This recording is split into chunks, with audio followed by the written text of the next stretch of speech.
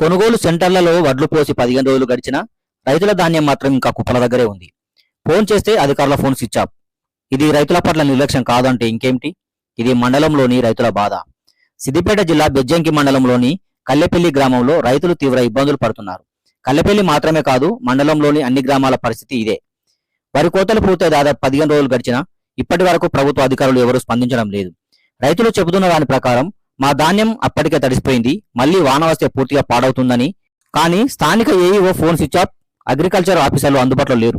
వడ్ల కొనుగోలు సెంటర్లో రైతులు వారిని అడగడానికి ప్రయత్నిస్తే ఏఈఓ సర్టిఫైడ్ చేయాలని చెప్పి తప్పించుకుంటున్నారని రైతులు ఆరోపిస్తున్నారు.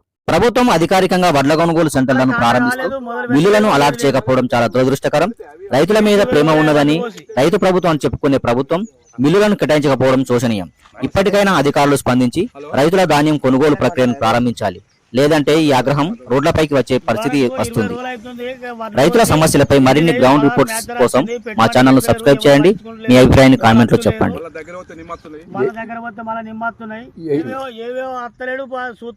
ఫోన్ చేస్తే చిత్తాప్ వస్తుంది, ఏవే రావాలని వీళ్ళు అంటారు. మహిళా గ్రూప్ వాళ్ళు ఈ వడ్లు కాంటలు పెడతలేరు, ఏం పెడతలేరు. రైతులు మస్తు ఇబ్బంది పెడుతున్నారు.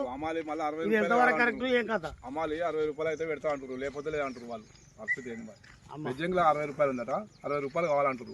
వాళ్ళు అచ్చుడే లేదు కదా, మాట్లాడుతూనే కానీ ఏమో కొని దట్టుకు లేనట్టు రేపు వచ్చేట